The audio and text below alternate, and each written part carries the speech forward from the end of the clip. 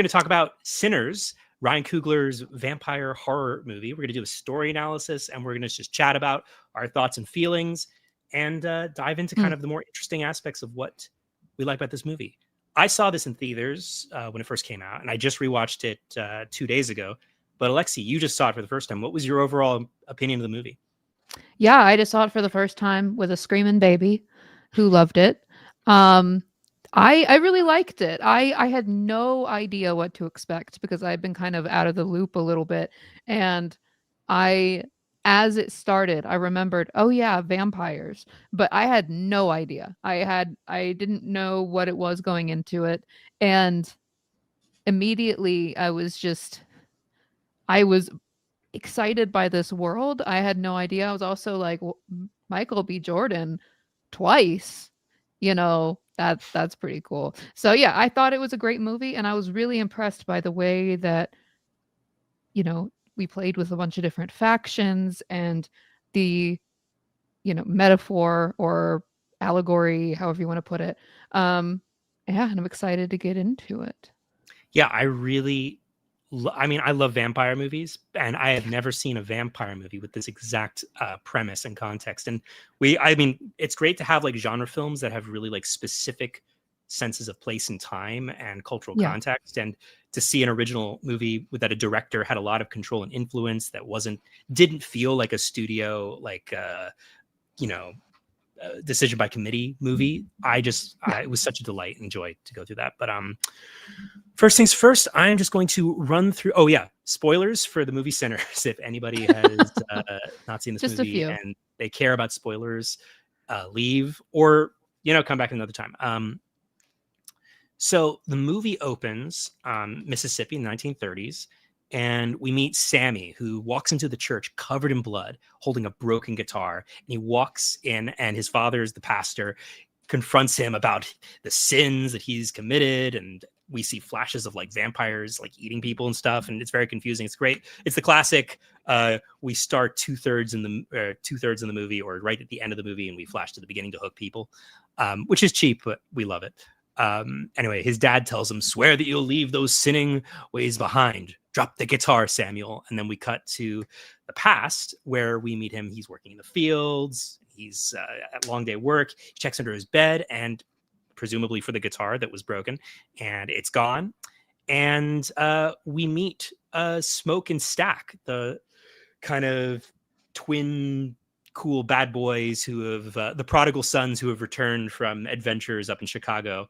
Not prodigal sons, but you know what I mean. And we see them buy a sawmill from some KKK members, and he susses hell. His name is Hogwood. And what a name. It's a great name. Actually, the names in this movie are great. Smoke, Stack, though it's hard to tell them apart. Smoke and Stack, and Hogwood.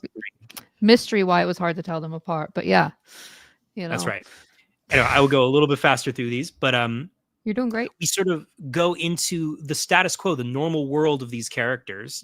We spent a lot of time in Act 1 setting up who, what, when, or why of not the villains of the story, but like the people. Sammy, Smoke, Stack, Annie, Slim, these characters who we really like the story. Sammy, we learned kind of his father has him in like an oppressive, like religious household, and Sammy's basically given an ultimatum, like, choose music or choose God. And if you're going to do music, make it work with God. And Sammy would much rather hang out with Smoke and Stack, his cousins, who have a lot of money and have kind of an entrepreneurial sense of adventure. There's another great line his dad gives us: "If you keep dancing with the devil, one day he's going to follow you home," which we obviously foreshadow in a more literal sense. But when Smoke and Stack pick up Sammy asks Smoke about Chicago, and they tell us a little bit more about they've been gone for 7 years, and they would rather deal with the devil we know. There's a lot of like devil references, obviously, which I think was a little on the nose, but we love, clarity. We see their secret stash of alcohol, and we learn that they're about to turn that sawmill they bought into what they call a juke joint, which is kind of their new entrepreneurial venture. And Sammy goes with Stack into town, and we start to meet all these characters. We meet Slim, who's Delta Slim, who's like the old blues magician, not magician, musician. You got Musician. it. I was combining the words magician, He musician. makes magic with his harmonica. He does make So, magic with music. That's part of the world building. yes. So But you nailed it. anyway, he's the old hand who like wants to sort of teach Sammy a little bit later on in the story. And we meet Mary, who had not an affair with Stack back in the day, but he left her. And we sort of meet Bo and Grace, who own a pharmacy, and they're going to help Stack not Stack. They're going to help, deliver food and the sign for the juke joint. Basically, these are all the people who are going to come together to have this big party tonight. And we see Smoke go meet his ex-girlfriend. He goes to a grave that's kind of unmarked. And we sort of assume that, he's a family member who died. And we meet his ex Annie, who, is involved with kind of like voodoo magic. And she kind of is, bitter about the past, but they hook up and they seem to be repairing their relationship a little bit, overcoming trauma of the past. And Sammy meets a girl called Perline, who's married. It's basically all of these people. We spend a lot of time in Act 1 getting to know their not just backstory, but like present tense problems and like, okay, Grace and Mary and Stack have kind of a fractured relationship. Annie and Smoke had a fractured relationship, but they're choosing to heal it. And Sammy's like wants to like share his music with the world and kind of get away from his dad and his church. And we spend a lot of time, almost 30 minutes before what I would call the inciting incident of the movie, which is vampires show up and start killing people.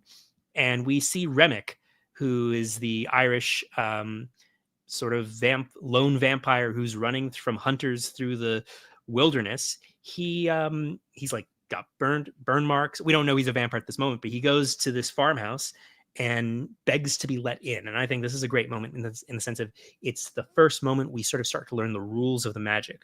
Vampires need an invitation to enter a home, to cross the threshold.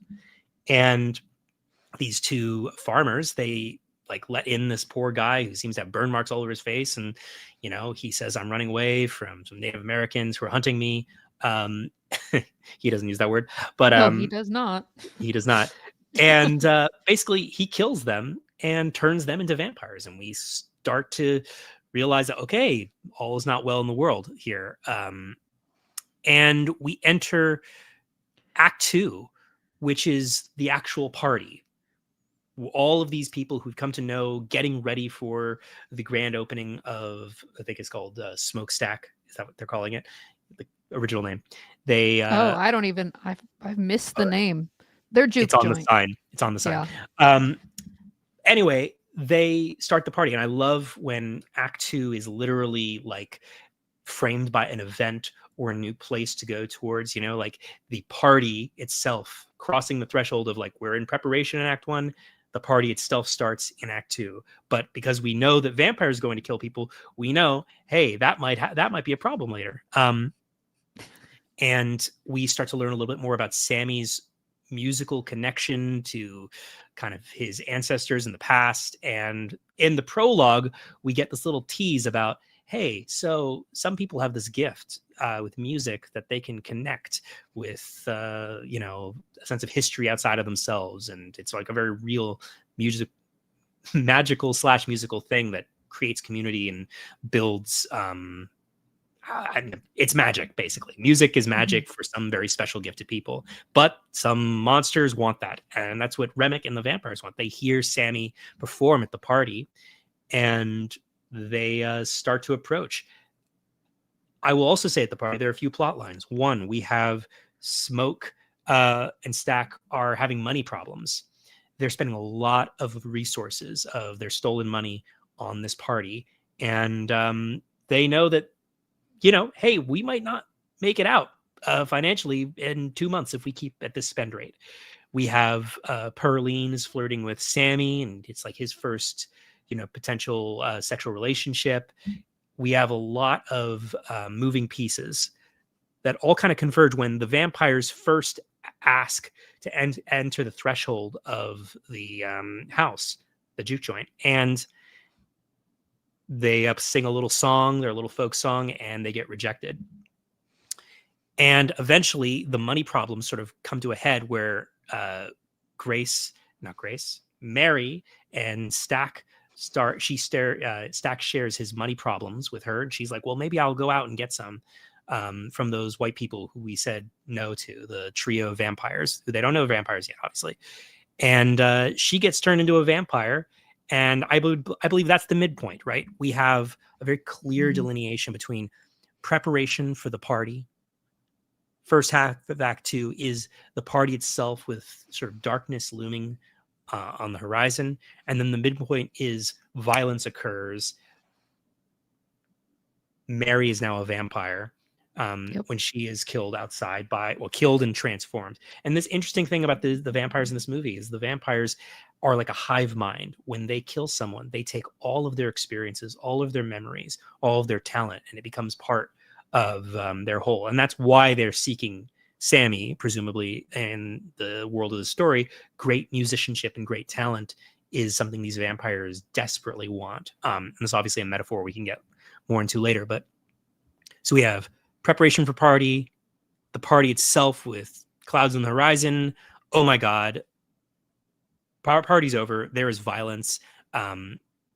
Mary kills Stack when she starts to seduce him, and she actually kills him. And Sammy and Smoke freak out, and the party's over. People start to clear out, and they, she runs out kind of gleefully, and I believe she says something about like, "We're gonna kill every last one of you." And it's very kind of chilling because like she's this sweet person who, everybody knows, she's a member of their family, right? Her mother helped raise Smoke and Stack, and for her to be just suddenly still speaking as herself with her own memories, gleefully talking about how she wants to kill everybody, it's very disturbing and wonderful. And we sort of have a descent in, bad things are happening. They're happening faster. The vampires slowly pick off all the people who were there he is. The vampires pick off one by one all the partygoers who left the house after the murder, and gets worse and worse. And Annie, because she has magical insight, she starts to piece together, oh wait, this isn't just any old dark spirit, these are vampires. And she explains, kind of an expositional scene, the rules of it. You can only kill them with sunlight, stake in the heart. They hate garlic. And she makes everybody, the survivors in the juke joint, each take a piece of garlic. And there's kind of a fake out where Pearline doesn't want to take it, and we're like, oh, is she a vampire? And Slim has problems eating it, and he eats the garlic. But regardless, we know the rules, we know the stakes, and there is a philosophical and emotional problem here. Is like Smoke has been inseparable with his twin his entire life, and his twin is killed. And when they find out that he's a vampire, I forgot to mention, when he gets killed, he turns into a vampire and also leaves, and that happens before the expositional scene. But Act 3, I think, is a place where this movie really shines. So we have this amazing scene where Stack and Remick and all the vampires outside, they sort of confront the people in the house with kind of their philosophy, like, hey, it's not bad being a vampire.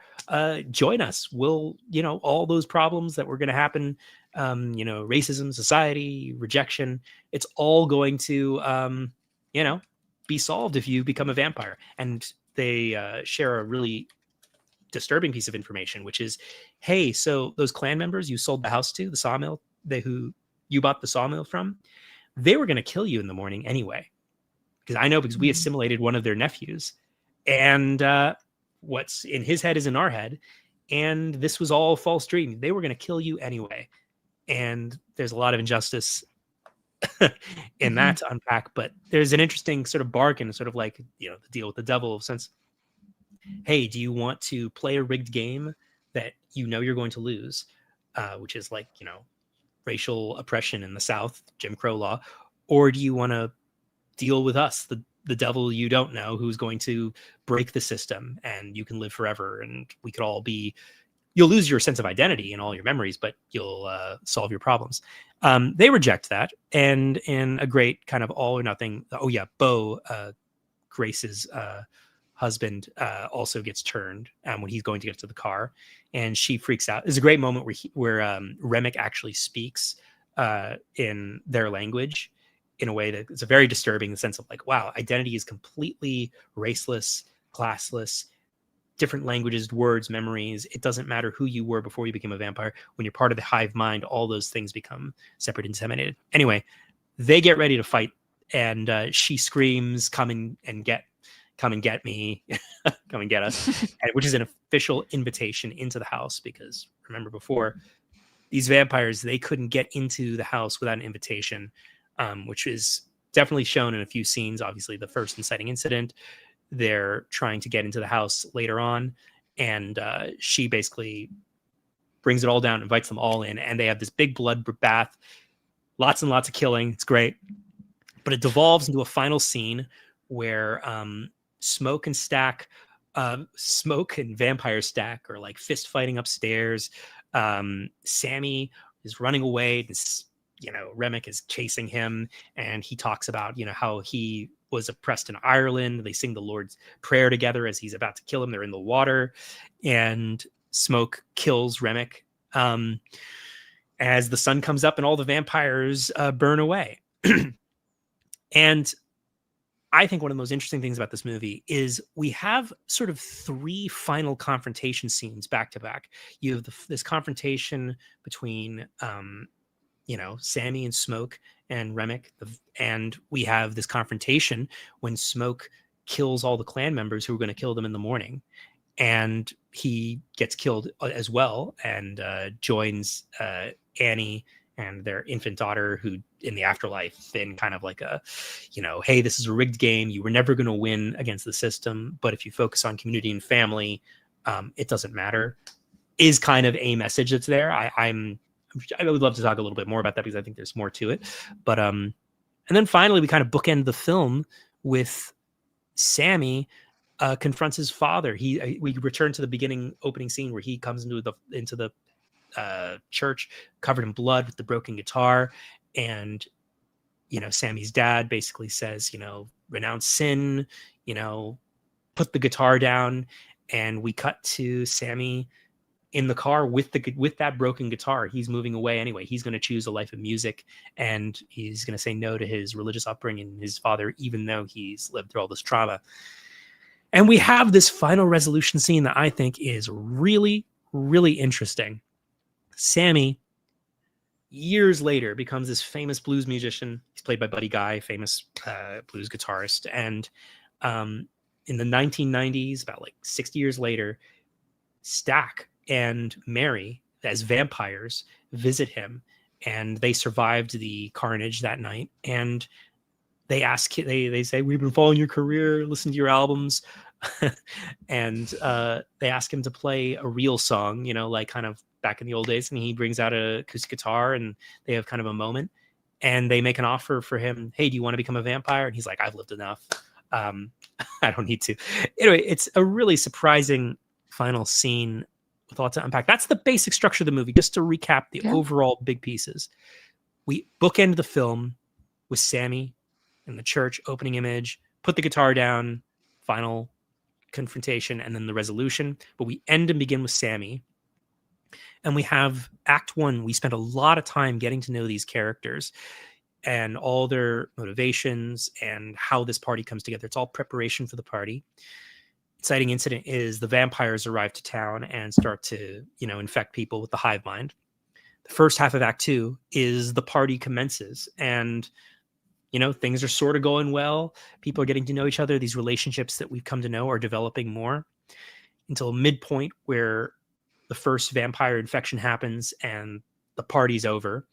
And the second half of Act 2 is kind of the fallout of that violence as it escalates, until Act 3 is a final confrontation of all these plot lines as people die, their stories end, and they make choices that are definitive and end their stories. Yeah, that was a lot. Sorry, I talked a lot. But no, am I missing anything, Alexie? I mean, I think you covered like the all arc. And yeah, I think that was a great job. And then now we have a lot more to kind of get into about like the different pieces. Um, Yes.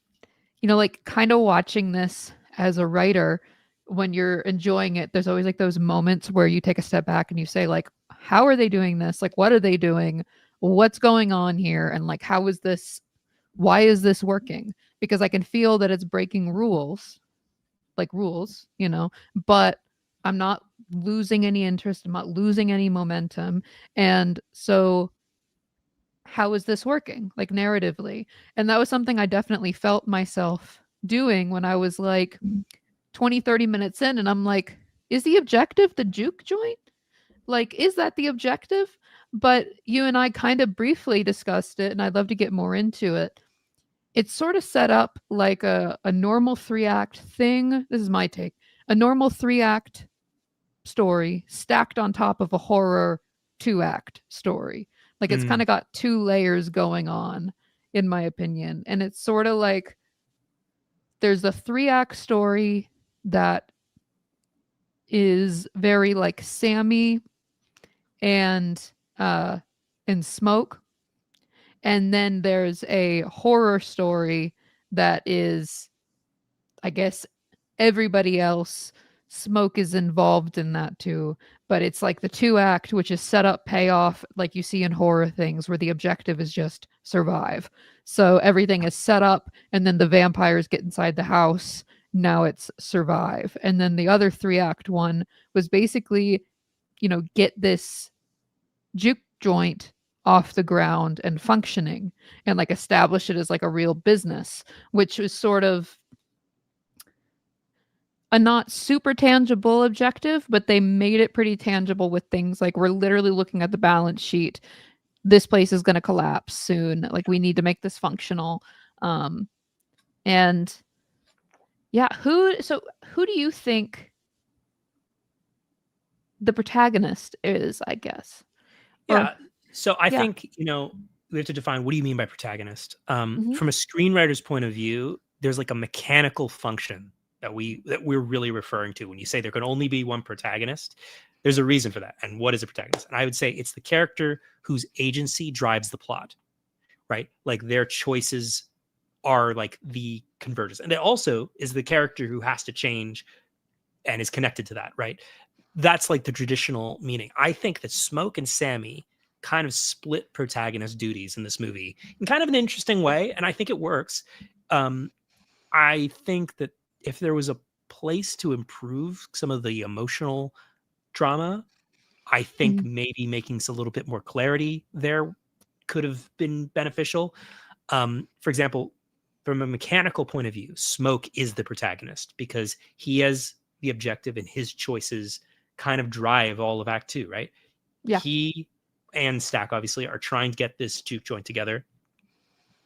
He is the one who has the final confrontation about like he is kind of a loss of innocence story in a weird way, even though he seems like a jaded character. It's like he has a dream Yeah. and he has to kind of confront that dream was never going to happen because you live in an unjust, really twisted situation of people who were. He lived in the way I wrote it. The flaw is like is that you can win a rigged game if you fight hard enough. Was kind of what my takeaway was for his flaw, which I think was a little Mm. soft. But he has this big problem, which is he Yeah. believes he can win this rigged game, which is like have a successful entrepreneurial business as a black man in the Jim Crow South with KKK people everywhere, like, and that's a rigged situation he believed he could overcome.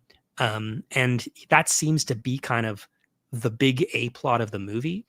But then you have Sammy, and he gets all this emotional bandwidth in the movie. Like it opens and closes on Sammy. Sammy has the big character arc, right? This whole sense of like Mm-hmm.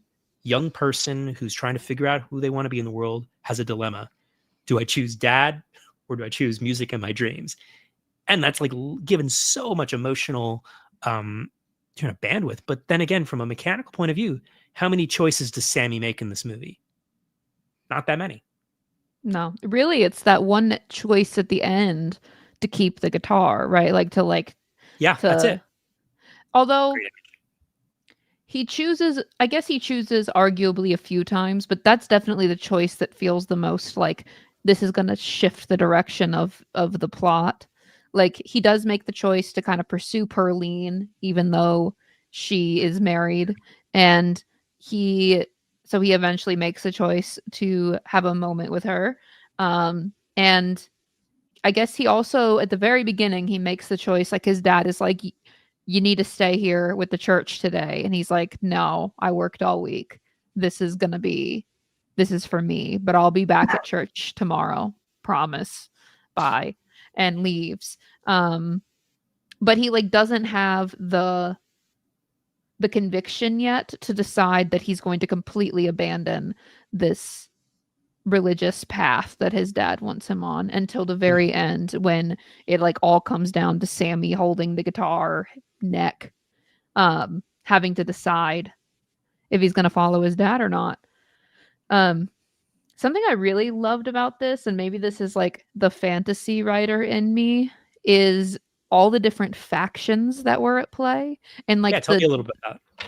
Yeah, so when you kind of are looking at like all these different characters that they introduced in our tentpole document, it's a lot of like friends and enemies, right? Like it's a lot of different people kind of building out this cast and representing different views within this theme that we're playing with.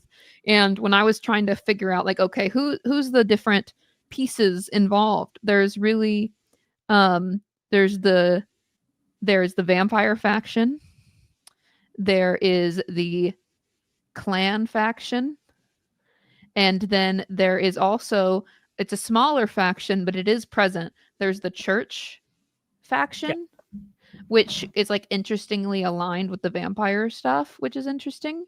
And then I guess there's there's Smoke and Stacks faction, which is how like, would you define faction?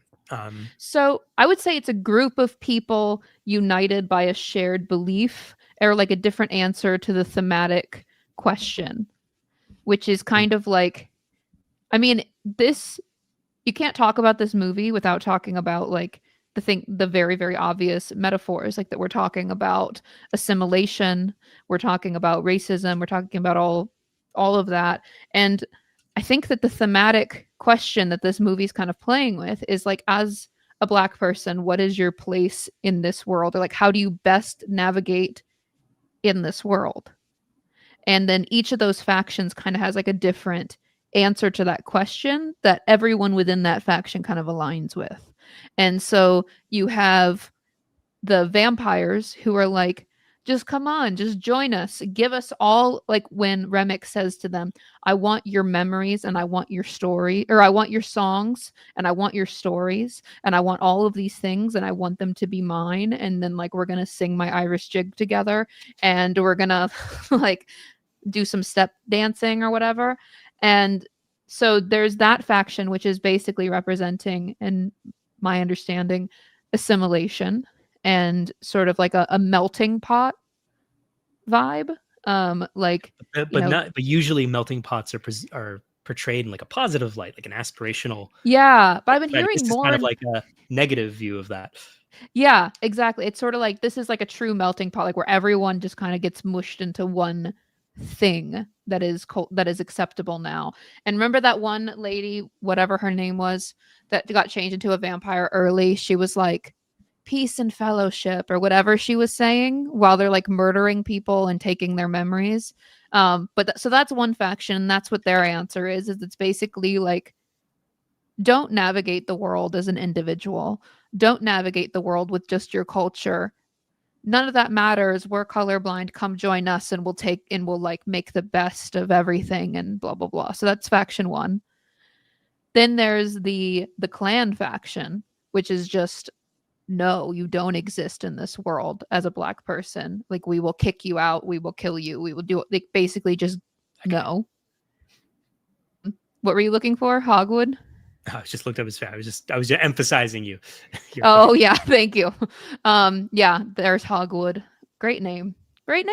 Hogwood. But then so there's that whole faction, which is just kind of like, you shouldn't be here, you shouldn't exist.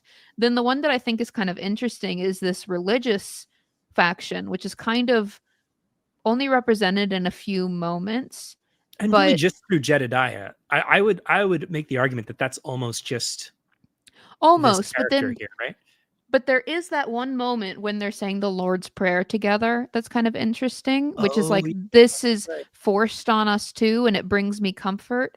It's kind of like, You're it's right. sort of like a deviation of, and then there was a few other moments where Sammy was talking to either Smoke or Stack and was saying, like, I don't want to do the church thing. And like, um, somebody else pointed out to Sammy, you know, they gave us religion, like as in like white people who enslaved people gave us this religion, but the music is ours and it comes from like our, so sort of juxtaposing the music and the religion in a way that to me kind of made it its own belief system, um, which had a different answer to the thematic question, So which so in was, this, just to recap what yeah, you're saying. So like if each faction has kind of like a worldview that pushes like a dramatic tension or plot point or idea, right? Like the yeah, religious, like a way to live life, right? And they're yeah, all mutually exclusive. You have KKK who believe in like just total oppression and like control and obliteration. You have sort of the protagonist group, which believe in like family, individuality, and community, individuality through community. The mm-hmm, vampires who believe in community but through oblivion and mm-hmm, a lack of individuality. It's like friend, it's fellowship, but without identity. right. And then sort of the religious father slash Lord's prayers thing, which is, I guess, it's It's hard definitely to present. define that one. Yeah, Yeah, it's sort of like, it's almost a piece of the other ones, but that's what's interesting to me is that it's kind of like saying like all of this sucks, just lean into this other thing and it'll yeah. get you through. And so I think that, yeah, as someone who really likes sci-fi and fantasy, I'm like, that's really cool that these four different factions are at play here and have such a strong presence in something that like I wouldn't necessarily be looking for that type And of like, also from like a genre fantasy point of view, like, yeah, when you're world building and you're, taking existing monsters, for example, you want to put your own spin on it. I think this film did a really, really good job of taking vampires who we all know and love. They all hate garlic. They all get killed by the sun. They all get killed by stakes in the heart, or at least most of them. And adding something new, right? And obviously the old threshold, you can't be invited in. Like all these are classic vampire yeah. tropes, but I've never seen a vampire hive mind that's hunting for great art as Yeah. like their great like thing that they need to be satiated. That's like the 20% that's different that sets the movie apart really for me. I mean, in the Yeah. premise, that's really original and cool. Yeah, and then also they had that added layer that I definitely never seen before. Like where at first those vampires showed up and they're like, "Well, we're musicians," and they're smoking stack, and all them are like, "Well, then play us a song." And they played this like little And it was like good. it was good, but he was like, "That's great, but that's not what this is. That's They had a not little, they that's had a little choreo thing with yeah." the old, yeah, I really liked. It was great, but it was also they were like, "Cool, but some white people down the road will probably like that. Why don't you go do that over Yeah, there? We have that's a our fair own point. thing." And then later when you had that epic like freaky song that they're all singing doing the jig It was the talking road to about double eating stuff. someone, yeah, eating, picking the bones and everything.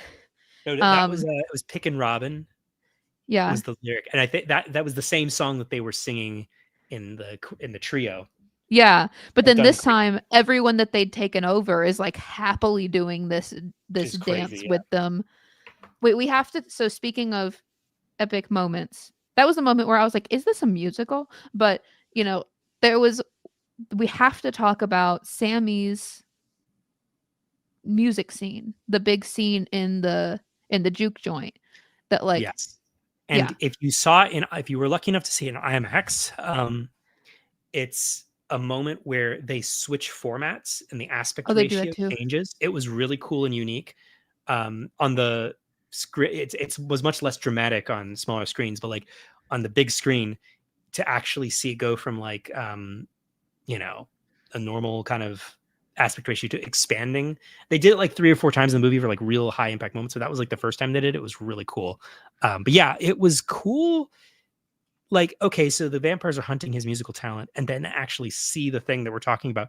This Yeah. really weird tracking shot where we have people from all different places in time and history and musical genres. We have DJs hanging out with blues guitarists, hanging out with rapper. It was a really interesting sort of single shot. Like people are all together in community, but connecting with the individuality of the future, present, and past.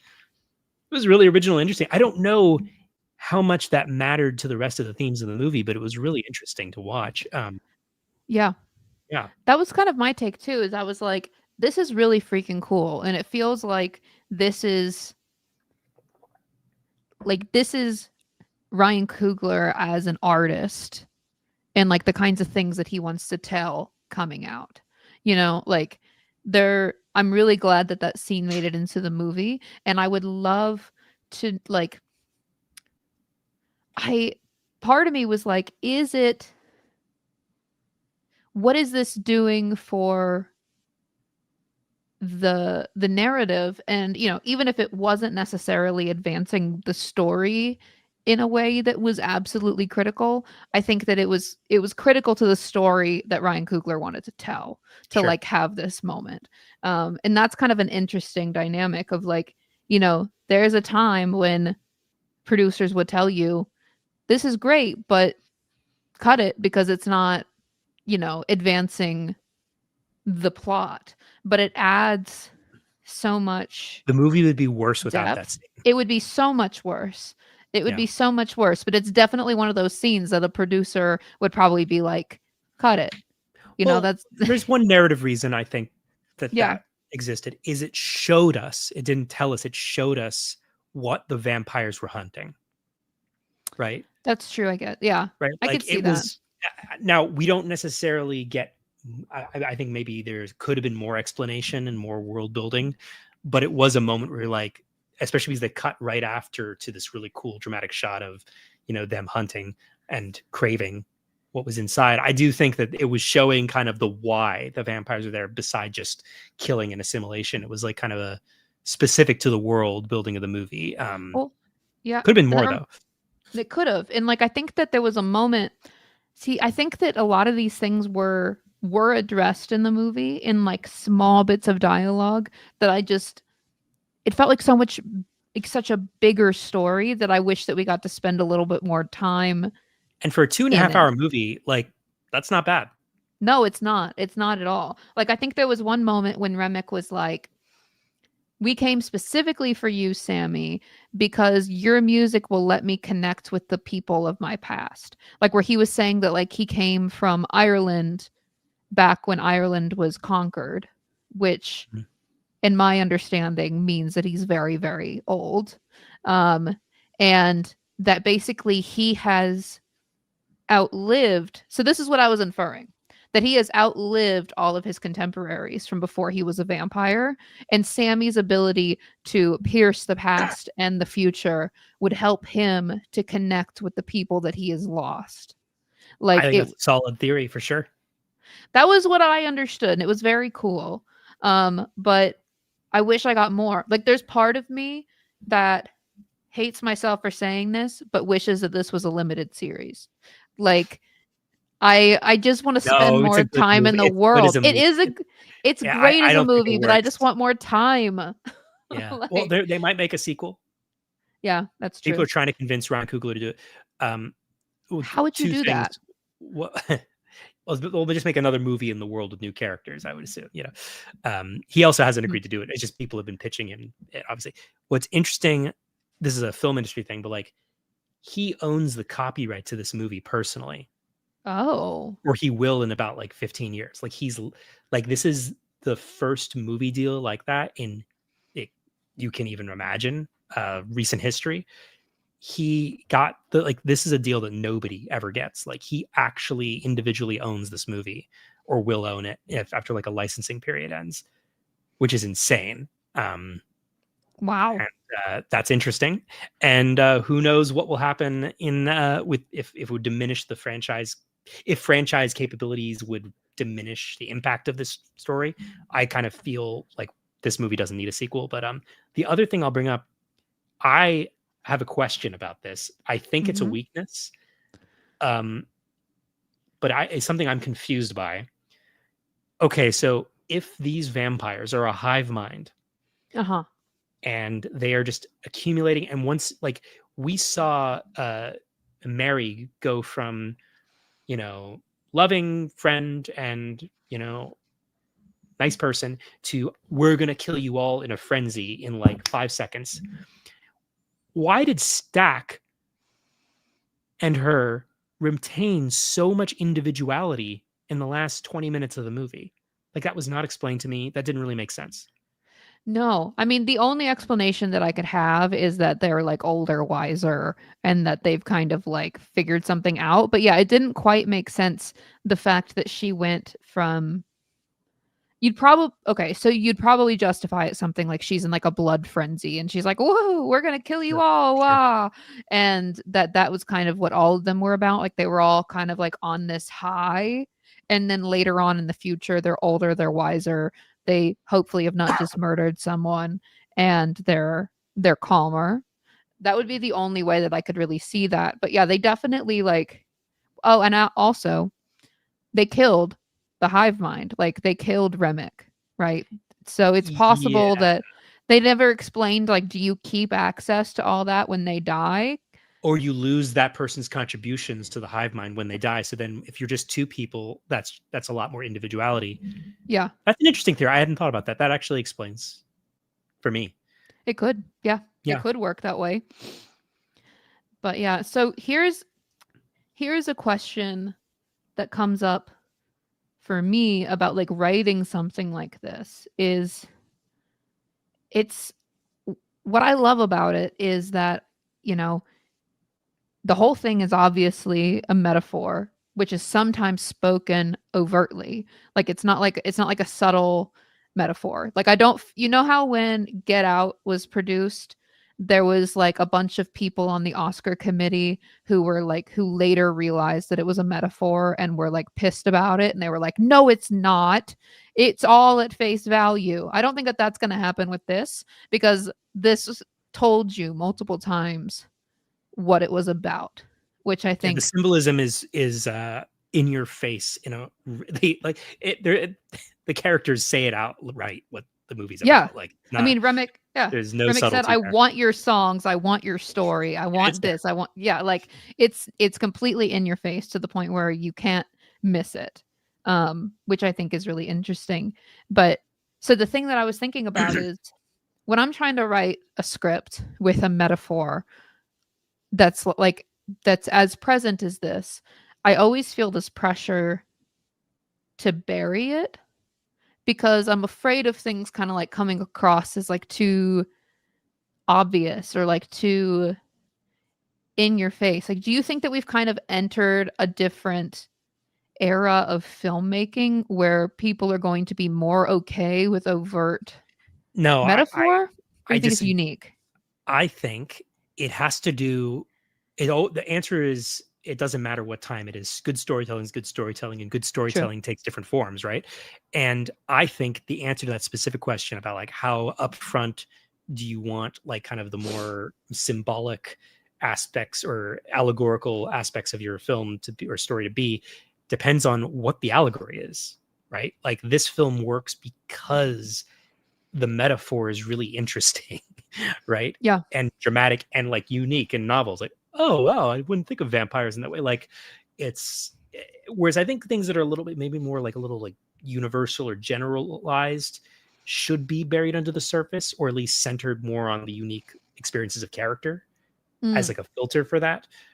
I think this film is really succeeding in premise and really succeeding in like its allegory. I think at the expense of kind of interesting characters, maybe like you know, and I think film.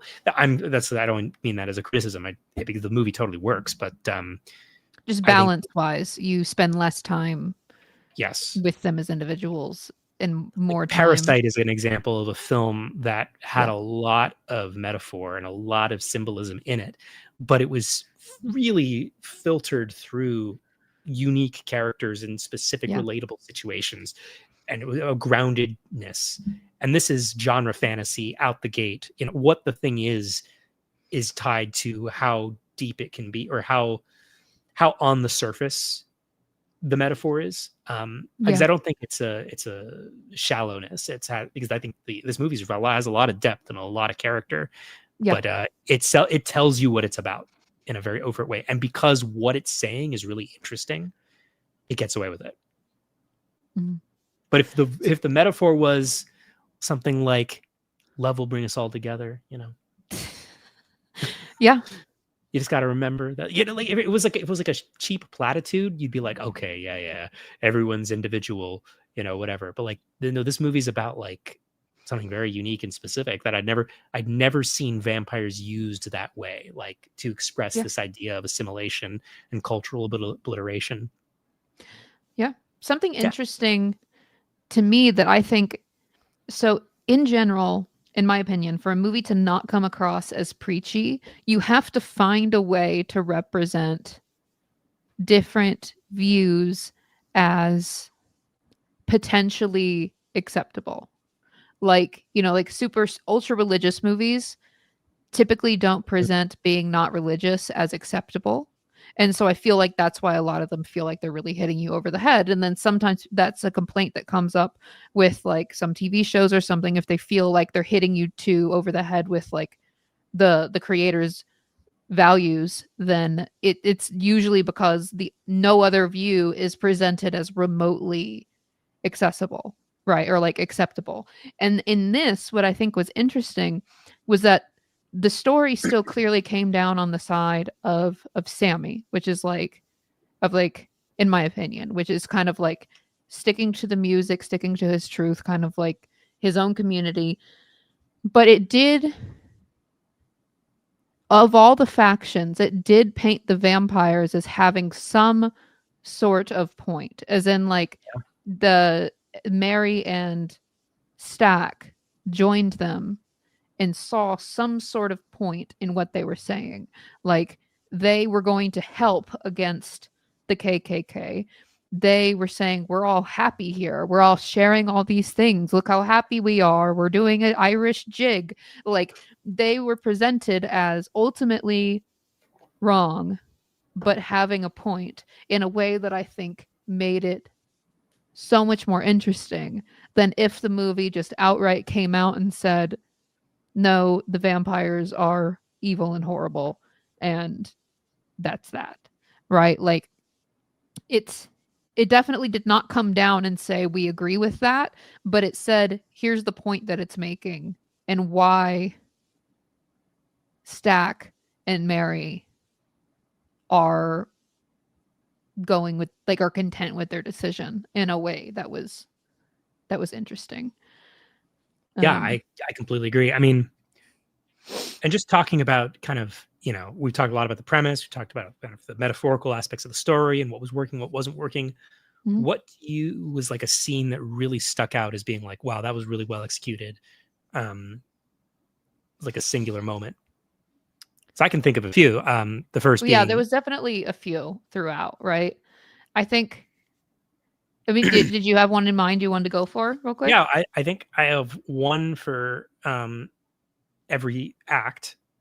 The Yeah. first scene that really stuck out to me was the scene in the car with Delta Slim after they recruit him, and he tells them like kind of the story about his friend um, had a dream of like starting his own church after they won some money from a gig, and how he was brutally like murdered by a bunch of like racist people who just saw him with a lot of money on a train station, and they like cut off his penis and like cut him to pieces, and he was so moved and upset, he just broke out into singing.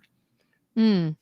Yeah. Like Yeah. that was a great example of showing rather than telling. Like he could have gone into, like he could have ruined that, like really that monologue by explaining, and I got to process it with song, you know, whatever. Like he was showing you how music is used not just as a way of like a coping mechanism, but as a way of like getting through it, because he was so overcome with emotion in that moment and pain that he had to sing. And I think that really shows kind of the power of music in this movie, really early on, in a way about Yeah. like something really real. It was probably the most emotional scene in the movie for me. Yeah. And it was really a moment of like, okay, this is what the blues is. And Yes, like this is what we're talking about when we're talking about the blues in this movie. And this is like the origin of this like magical music idea, is like it's coming from this sort of like transforming these feelings, these like raw feelings, into something that you can share with people. And that's beautiful. And yeah, I remember watching that and I got chills. Like I did, like the way that the actor knocked it out of the freaking park too. The Delroy, he's way, incredible. Yeah, yeah, the way that he transitioned from the story into singing was just so seamless. I was like, you want to know wow. something that wasn't in the Well, script? He improvised that. He improvised the song. Yeah, like at the end, they apparently it was like a 3-page monologue. They cut into a page, but they used this like 1 or 2 takes of him like using that transition in the moment. So like that's a great example of like work with actors, collaborate, good yeah, directing. trust them. They yeah, that's amazing. That's very cool. I did not know that. But yeah, Yeah, I just that learned was a really in beautiful research moment. yesterday, and I was like, Yeah. really? Because I was trying to look for the script, and it hasn't been published yet. But Yeah, I was looking for uh, it too. Yeah. yeah. I'm curious, like, because if that was a 3-page scene, what was originally written? Because and if they cut it I want to down in the know. edit, yeah, I'm curious. Like, Yeah. then the scripts probably was very different. Um, the I had a others, moment around there that I liked, that I wanted to yeah, share. tell It me. was just a very, very brief moment, but it was just very early when who was is it Stack that went with Sammy, or was it Smoke? Yes, it It was was Stack. Stack. Okay.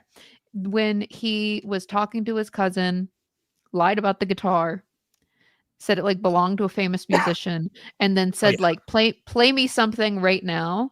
And he started playing and it was really good. And then he started singing and you just felt like, I think it was mostly Michael B. Jordan's performance in that moment, just like the pure joy and excitement for his cousin to be like this talented was just like radiant. Like it was like contagious, just how excited he was to hear his cousin performing like that. And I think that was such a fun moment that again kind of showed like this is what the music means in this story. Like those two different moments put together to me kind of show like, okay, that's what this magic is it's like that joy and it's also processing these emotions. um and that was a moment that really stood out for me. And they flashed back to it, of course, at like the end when they're kind of like, I don't remember when they started doing the flashbacks, but like we saw how happy he was to hear Sammy play and sing for the first time. Um, so yeah, I really liked that one. I completely agree. I mean, also a little detail I got the second time is that Sammy's club in the future is called Perlene's. Yes. That was a Yeah. fun little detail. But another thing that I thought this film, some of the scenes that were really, really great, well executed. The every scene where the vampires are negotiating to enter the house, where that was some of the best writing. Like Mm. from the first time, the first sort of the choreographed song they sing to try to get in, but like when Cornbread was transformed for the first time and he's like, I was just took a long pee break, and that's like the first time that they're like, well, why can't you just walk in? You've just walked in and out a million times. You didn't need to be invited before. And like him trying to like be an individual and pass as Cornbread, but you know he's a vampire and he needs to be invited, and you need to say something very specific to him. I thought that scene was really well executed. I really liked the tension shift and kind of like going from like, oh yeah, he's our friend, to wait, what? What's going Yeah. on? No, absolutely. I A moment that I really liked from that section too, from like act beginning of act 2 era, was I loved the fact that this did not mess around with like Like we did the accidentally let somebody in thing once, and then we did not do it again. Like, and I really appreciated that and like respected that. We accidentally let back in Mary. Mm. And then we were not going to accidentally let back in cornbread because like I feel like that's something that happens in other horror things that's kind of like laughed at later. It's like these people are really not smart. Like they're not thinking this Yep. thing through. And in this case, was it Annie? She knew her stuff. Like she was like, "Nope, something's wrong. Why can't you come in? Like what And they is your communicate deal?" about it as soon as they have a reasonable reason to know something. The Yep. characters know. They do a good job of not having mistakes from stupidity, but mistakes from ignorance.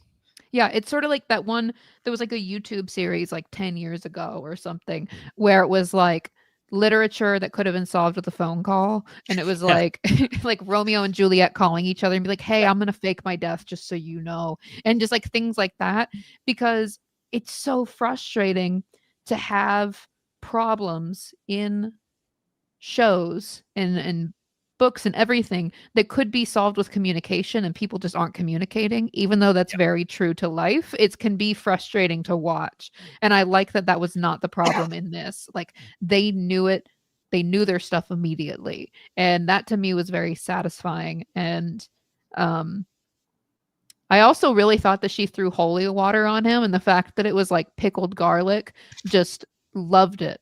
Loved that moment.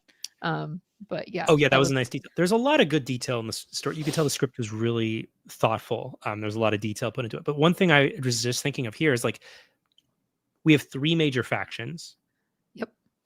and each one gets a final fight Yeah. in sequence. And I really like the vampires have their final confrontation, then the KKK, and then Sammy and his father with religion, right? Like Mhm. if they had separated any of this with a scene, like they paced this in such a way where we got three climaxes back to back. I think that's one of the reasons why, like, if you have three singular problems that are like being threaded and built up throughout this whole movie, each one of those problems deserves a full and complete answer rather than like combining them or something. Like they each got distinct scenes. I mean, they were intercutting between these two lines of actions, but I mean, like, if they had, tried to put them in the same scene, um, Yeah. it wouldn't have Oh, worked and as well.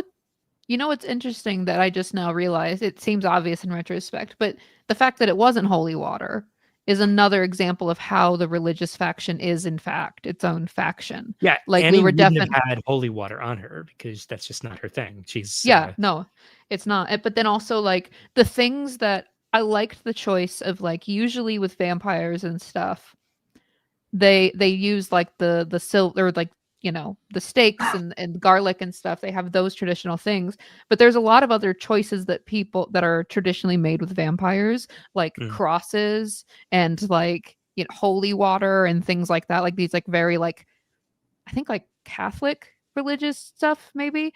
um and that just was not used in this, which I think was interesting. Like there was no like when Sammy was about to be killed by Remick and he started saying the Lord's Prayer, in pretty much every other vampire thing leading up to that moment, you would expect like him to start going like, "Oh no, I'm shriveling and dying," but instead he joins in and so do all the other vampires and you're like, "Oh crap. This is their deal too." Like they're into this too. And I felt like that was yeah, yeah, I a love that. cool. I love that scene. Yeah, In the that was theater, in the theater, people. I mean, we were chatting a little bit about this earlier, but like in the theater, people really lost their shit when the jig started happening, and I think it was just kind of like realizing that the movie's going to be fun yeah. was kind of like a thing. Like, oh wait, they're leaning into the music thing, you know. Yeah. And I will say, I don't think this movie is a musical technically, but No, it is a very technically musical not. movie, right? Like because all the music is diegetic to the Yeah, world, like that's the true. characters. Whereas, like, I think I would define a musical as the character is singing their inner thoughts to us and kind of breaking the fourth wall. Like when a character sings, they are in a musical. They are not actually being heard as singing in the room. It's not a diegetic Yeah, form. that's true. That's a good point. I just at that point I was like, wow, this is a musical and I like it. The most I intense musical I've ever seen, but there's the some really bloodiest. intense musicals out there, Alexie. I believe you. I Yeah. believe you, but this is my most intense musical thus far. Have you seen the new Wicked movie yet? Yeah. Oh wait, the new one? Yeah, it came out this week. Yeah, No, it didn't. it's out right now. Oh my gosh. No, I have not Yeah. seen it. I really want to go Well, see it. you should go see it. I haven't For seen it some yet either. reason I thought it was December. No, it's out right now. These are Thanksgiving movies. No way. Yes way. Yeah. I don't That's think it's so going to be great. as good as the first one, but That is that's such great news. You have no idea. I'm You've given so me a glad I could give that gift. to you. You've given So me a glad. gift this Thanksgiving week, Adam. Yeah, it's a perfect Thanksgiving movie. You should see it. I'll probably see it next week, but yeah, apparently there are two new songs that weren't in the stage musical. That's going How to do be people interesting. feel about them? That's what I need to know. I believe the initial reaction is okay. Okay, well, All the good songs are in the first half of the show. so they had to do something, I guess, except right? except for For Good, which is a really really good song. People like that. So I'd never actually I lived in New York for like 10 years and I never saw Wicked in I mean, on Broadway. that's So great. I mean, but if you're not a musical person, like that's I am, but also Broadway was just too like it felt expensive. like too, yeah, it was expensive. It's But expensive or just tedious. Like you can yeah, get it's like lottery tickets pretty reasonably, but they're a pain in the ass to get. yeah, like you can like go to the TKTS booth if you like get up in time and and stuff. Yeah, But I mean, I'm a big fan of the original show. Um, the my here's how I feel about this is now turned into a Wicked review. starting now. Yeah. Part one, I Uh-huh. loved until they got on that train. The Like train was a little odd. no, but like everything after that moment, like it was as if like this is like an 8 or 9 out of 10 for me, and then it went to like a 6 or a 5. Like a lot of like the crying Yeah. monkeys, and they turned Defying Gravity into like a 9-minute song where they kept starting and stopping and starting and stopping, and they it was like it's a 5 to 6 minute song they turned into like 10 minutes, and I'm like, okay, just sing the song. It's written to be an emotional journey. You don't need to stop it and then have a scene and then continue it. And yeah, so I'm a hater, but up until they got Oh on the no. train, I was so on board. I was like so down. It was great. Talking about metaphor, that was one of the ones like where someone's parent who will not be named who is in my life was like talking to their kid about it and their kid was saying like, oh, it's like the animals, the talking animals, blah blah blah, like there's all this stuff going on. Like, no, it wasn't, it was about witches. I'm like, okay. It's about both things. It was, yeah, it's just Media literacy is doomed. We are but it's always been bad. I think it's always been bad. It's not, people have always been stupid. yeah, I mean, It's yeah. always been true. I mean, people, and also though, people are really, really good at like missing the point when they don't want to get the point about Like, media in there are particular people that they like. who think the original Star Wars isn't a That was political the movie. that was the thing I was thinking of, like where Yeah. people are like, "Why are you bringing politics into my Star Wars?" It's like, have you seen it? Like the What was it? Empire? Yeah. Like Like, literally in the prequels, Palpatine has like so many lines of like, or there's that one line of like, "This is how democracy ends." The thunderous applause. You're like, how is that not political? It's about a fascist who takes over the Senate and dissolves it, and then like, opens with a trade embargo. Uh, don't bring it in, Adam. Don't bring sorry, politics into my Star Wars. I'm not a big Star Wars fan as I used to be, but yeah, the Wicked movies, they're political. I mean, literally, the writers were trying to like draw on Holocaust references about like with the animal persecution stuff, and you're like, okay, Yeah, that's it's a not subtle. And no, I think but, it's but it doesn't have to be for no, it stories for doesn't have to children. be. And I Don't think have that to be that's kind of a strength. Like, I think that that was kind of what I took away from this is that this is an example of being, to bring it back to Sinners, Sinners is an example of it being extremely overt and still working. And like, there was a few moments where I was like, I had to ask myself, like, is this cheesy?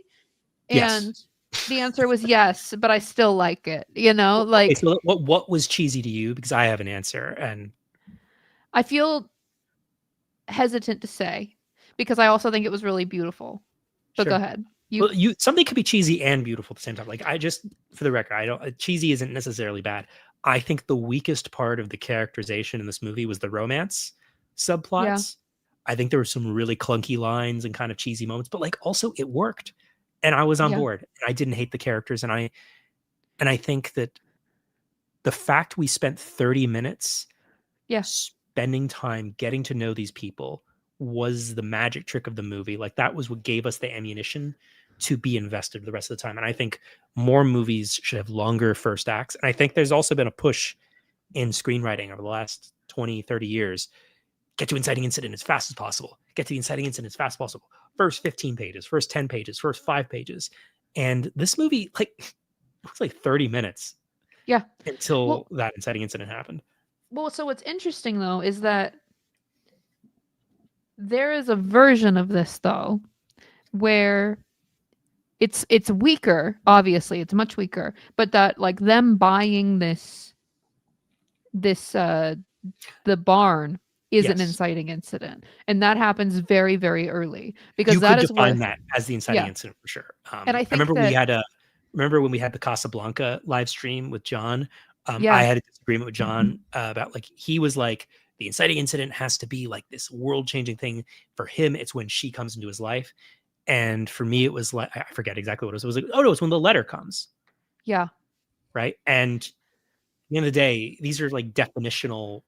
These are definitions. They aren't. There's no science exactly to this. You could call something one thing, but it doesn't really Yeah. matter.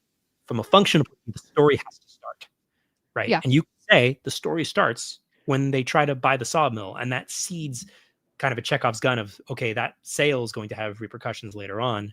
Well, yeah, and that dude saying, "Oh, the clan doesn't exist anymore."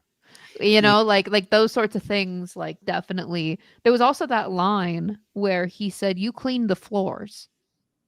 And I was like, "What was he looking for on like I was kind of immediately I was thinking like was he looking for like blood on the floors? Like what was he looking no, for?" I And think it then was. later Oh yeah, you go.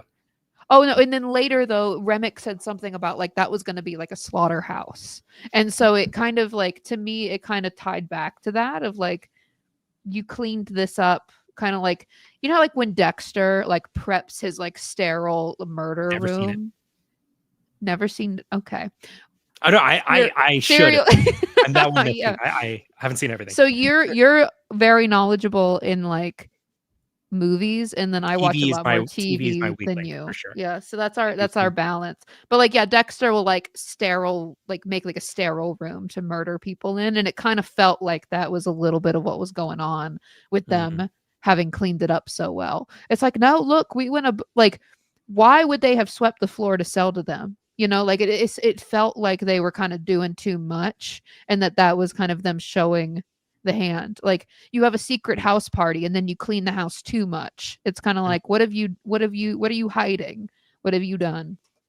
I don't remember why I went on that tangent, but No, just no, it's all valid. but I think that in a way that was kind of an inciting incident for that reason. And I feel like the reason why it's not just to kind of put it out there is because the inciting incident / call to action also will give you your objective that carries you through all of act 2, right?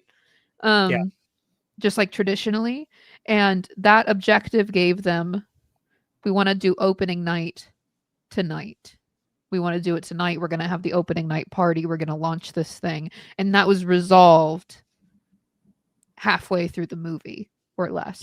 Well, this has the So, classic horror film midpoint pivot, which yeah. is characters are trying to do something that's, whatever, and then it turns into survive. Yeah. And And that's kind that's of what I the meant. only Yeah. exception, I think, to the movie axiom of objectives can't change. Yeah.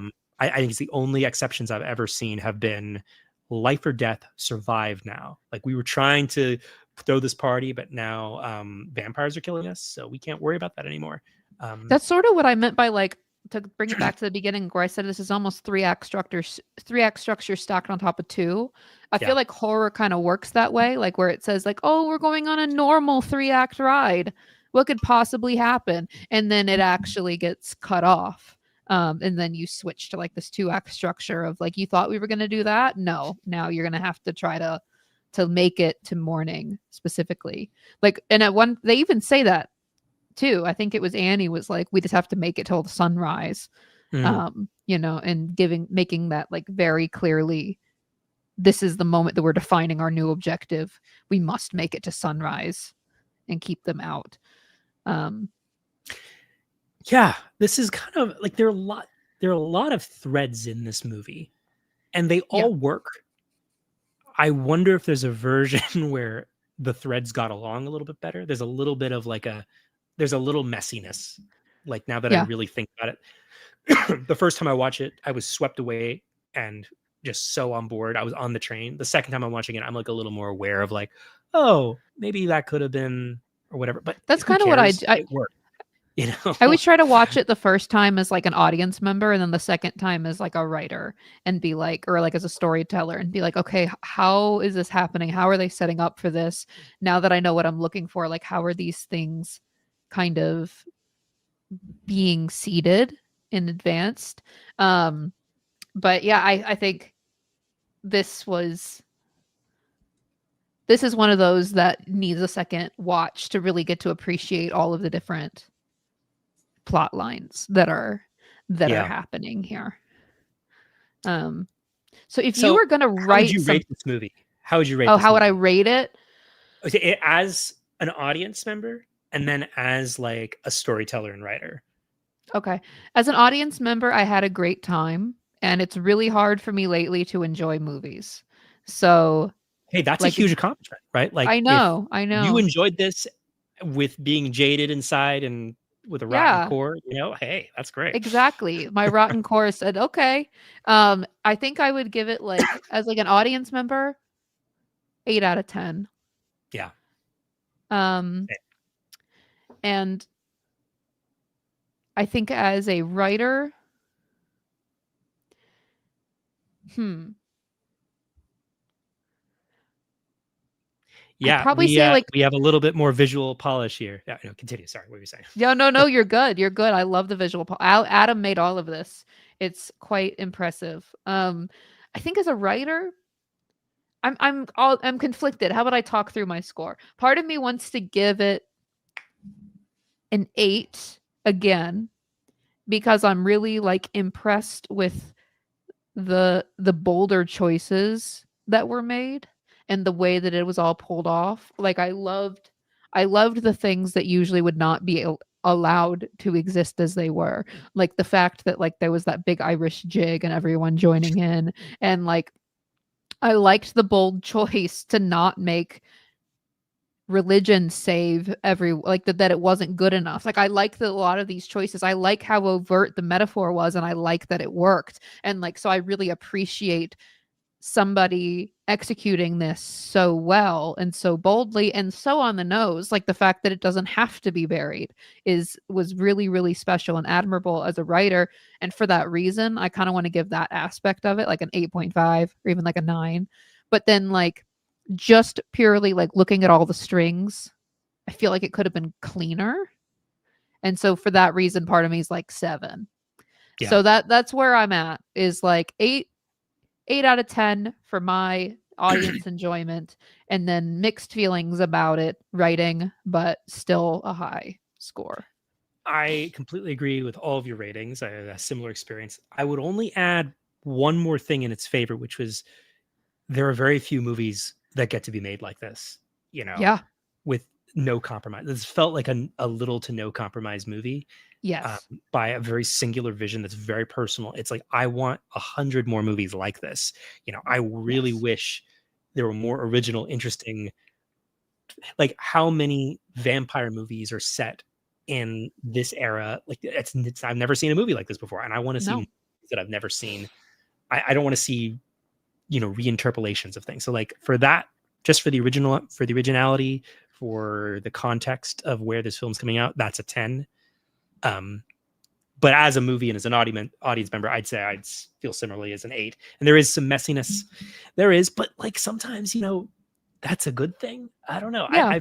The older I've gotten, the more movies I've like watched and broken down. Like I care less about, oh, that's a perfect little gem that perfectly aligns and all of the internal consistency is like worked out, because I know movies that have been clusterfuck of organization and polish that moved me so much more than the perfect movie, and I think like work of David Lynch is a perfect example. Like it's convoluted and messy and it doesn't really make sense in a lot of ways, but God, I really am glad I feel something, Yeah.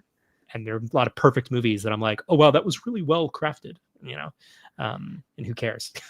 Yeah. But this No. had an amazing amount of craft in so many ways too. Like, I mean, it was almost all shot on, IMAX camera. Not all of it, but like a lot of it was shot. Mhm. All of it was shot on film and in very large formats. It's so cool that there are filmmakers who get to do that. Yeah. And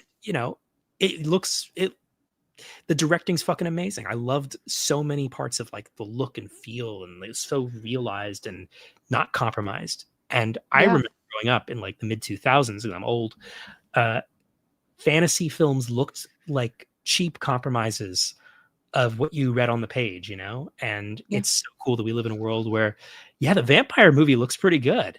It's shot on what Ben-Hur was shot on. You know what I mean? Like that's awesome. Yeah.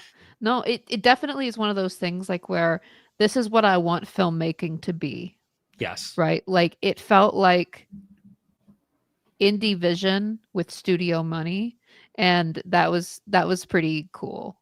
Like I want more things that are as much someone's baby as this one felt like it was for Brian Coogler. Which There's one other movie that I think is on the level of this in that exact category this year, which was One Battle After Another. You've got to watch that, Alexie. I will check that out. It's Yeah, I think so good.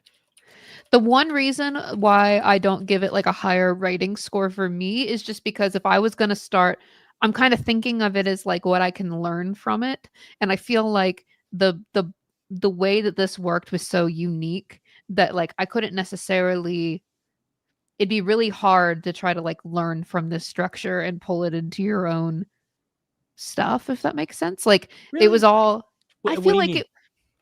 it felt like because there was so many things happening, it felt like a very careful like House of Cards, like that it would just be, I guess that makes the writing better, right? That like it was so carefully balanced because so much was happening, and there was like different factions, there was so many characters, there was all these different pieces that like it You mean the scale feel, of the movie was hard to replicate, and a lot of the strengths yeah, come from the scale. I see what you mean. yeah, that's kind of what that was a very succinct way of putting what I'm saying. Like, You're welcome. when we talk about complexity versus depth, Yes, that's exactly this movie had complexity and some depth. and depth, yeah, and I feel like that was kind of like, oh man, he really was like, I want to have both, and I'm gonna try for both, and and in order to make that fit, I'm gonna have to build this like House of Cards type thing, and it worked. But it's like it's really hard to like learn from. What did you think? We haven't really talked that much about it, but like, what did you think about the final scene? Like, Oh, I feel like that made the,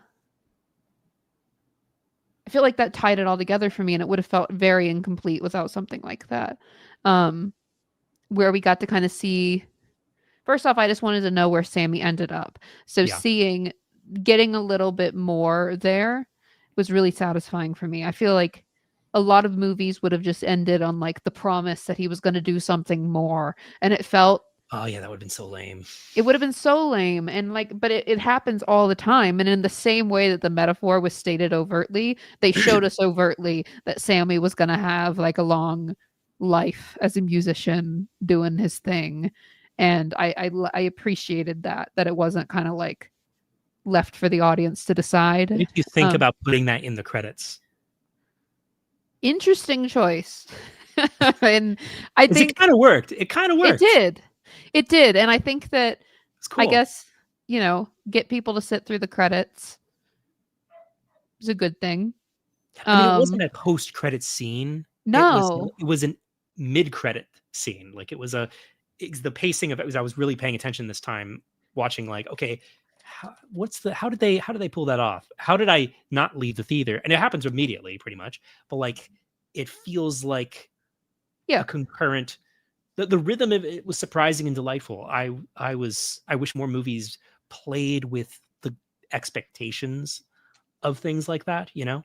Because when we Instead see of it being, title come yeah, up, we have an emotional reaction. Oh, it's time to leave. That was it. That's a statement. That's the period. And then to have another sentence after that was kind of fun.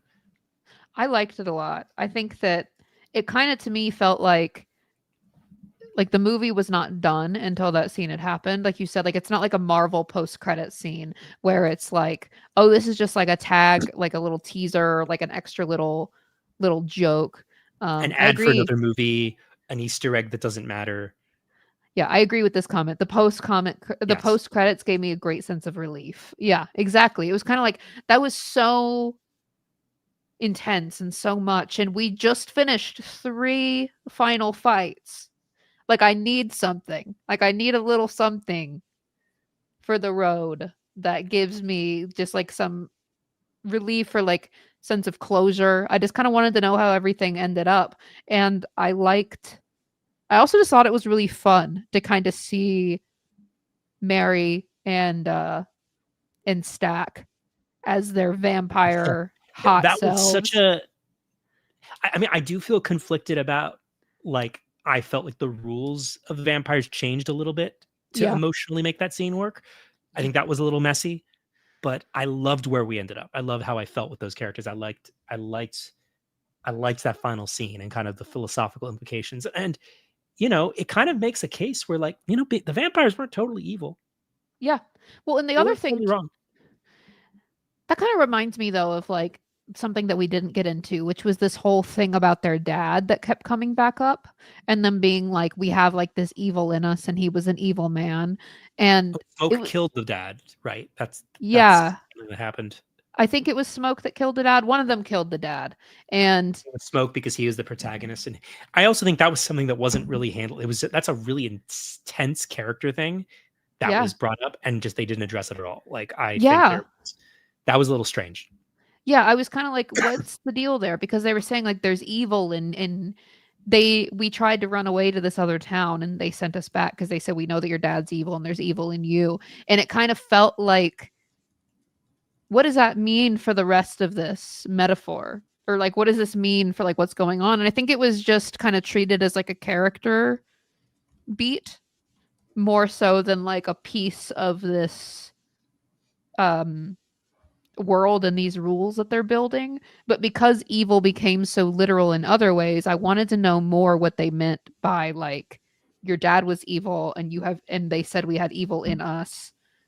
It just felt like that was a little like in this world that would have been more literal, and I was curious what they were going to do with it, and then they didn't. Um There's a version of this movie where Sammy's character didn't exist, and yeah. the whole thing falls apart because Yeah. Smoke actually isn't that developed of a character. Honestly, like imagine writing this on the first draft and it's just Smoke and Stack and then being like, I can imagine that movie I can yeah, really imagine that script. yeah. And then being like, how do we fix this? And then that's the only time that someone says, you need another character. The solution here is There another was another answer character. too, which is that you made Smoke a more developed three-dimensional character, and you Yeah. took stuff like the killing the dad seriously from an emotional point of view. Um, and also like the dead daughter Yeah. thing was sort of, I mean, he had the flowers on the grave, and then he goes to Valhalla with them. Sorry, he, whatever. They go to the afterlife. He's going to be there, and then he has Yeah. a dead baby. I always have a question about heaven babies. Is that do they stay babies in heaven forever? Or do they get to grow up? She Like, was a what's baby. That was a baby. She was no, like, I know, but so it's been 7 years. So the dead heaven baby is still a baby. Like, so they for eternity with if he goes to the afterlife with them, that baby's a baby forever. Yeah, so they're never sleeping ever again That's for terrible. eternity. Yeah. You should have stayed with the vampires.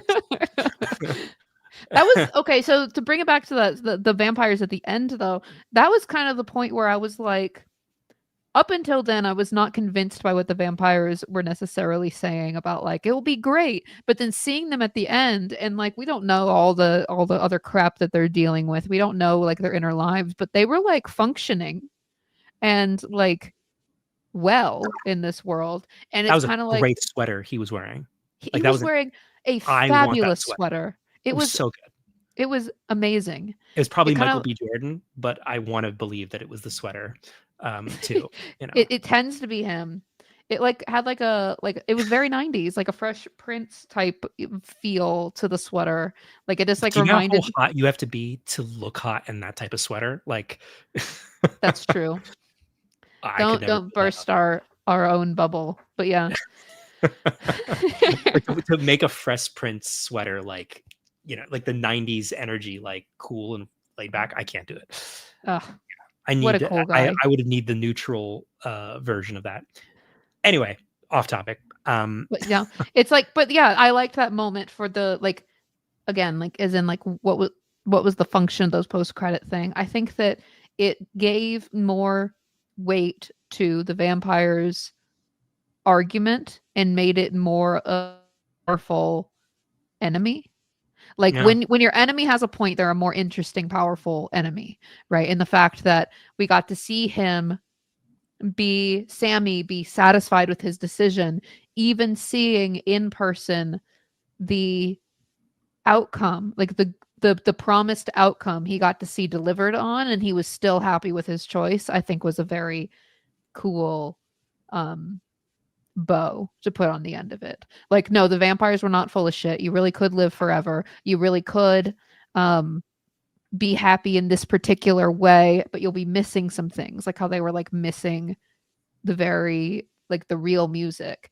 And yeah, Sammy was like, I see that it was true, and I still am satisfied with my own decision and with choosing this blues music faction that I aligned myself with. I thought that that was cool. I love the factions. I'm going to keep talking about it as if it's a sci-fi thing. I think there's a strong case for the three factions. I think the religious faction argument, I think that's a little bit of a stretch. You have me with three. I'm lost. You're not sure that the religion gets its own faction? No, because I would define. I mean, I think you could define faction that way. I think they are definitely a force in Okay. the story, but I don't think it's like a group with agency and an agenda in an active way.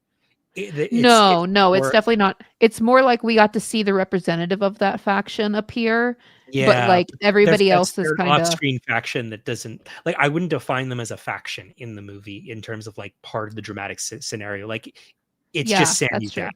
Like and also the backstory of the Remix family, which he was relating to in that moment. But like I see it more as like his personal family Yeah. dilemma. But we have three groups in the story who are in conflict. Yeah, That that's fair. It's a mini faction. Mini. I listen. I'm okay with it.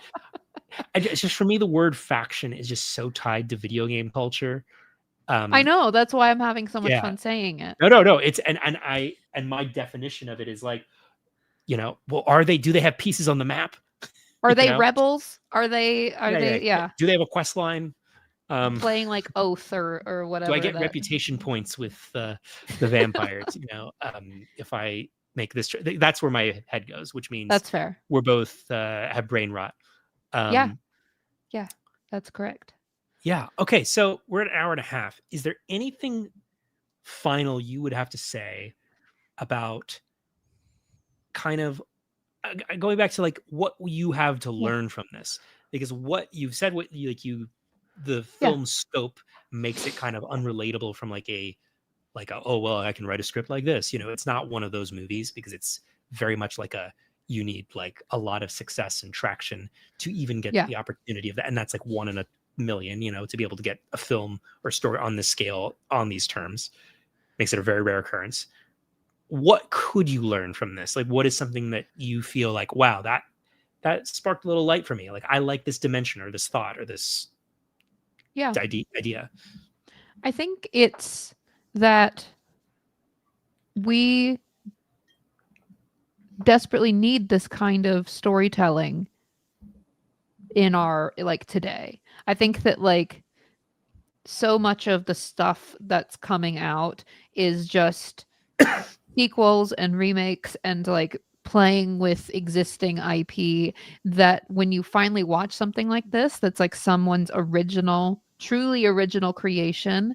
And again, he didn't make up a new monster. He took vampires. He took something classic and old and that's been around forever. He took a setting that is also, it's not unique to explore the 1930s necessarily, but he took these two things and brought them together with his unique point of view and the story that he wanted to tell, the themes that he wanted to play with. And he created something that was truly unique and unreplicable, unrepeatable. I couldn't write this movie. You couldn't, like, nobody else could write this movie besides him, because it was not just the theme, it was also this like appreciation for the vampires and this interest in this time and like this space and like how these boys from Mississippi who went and ran with the Chicago Mafia, then came back. Like it was all these like this convergence of these really specific interests that Ryan Coogler had, and he made something completely unique. And I feel like that's kind of my takeaway from it is,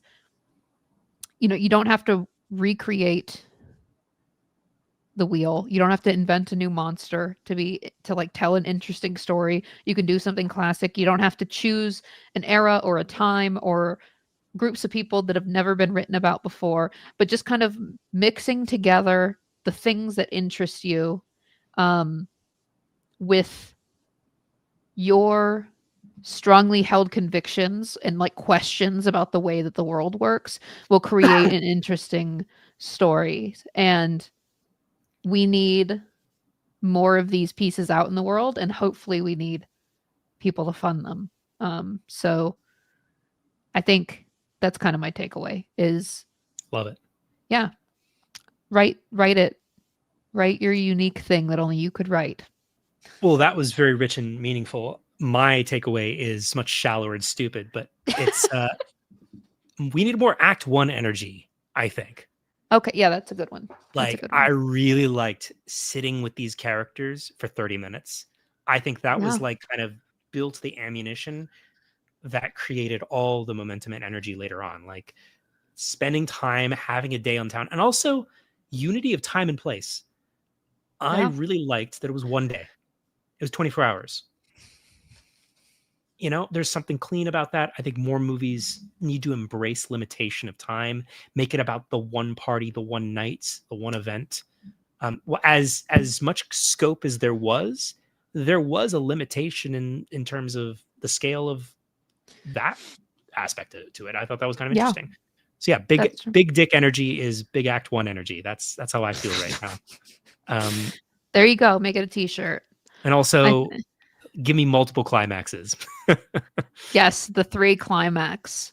I think that's The very 3 much more in the scope aspect to it. You need very a large story to actually, you know, deserve and merit that. Yeah. But give me But yeah, more time and setup. I want more time with characters.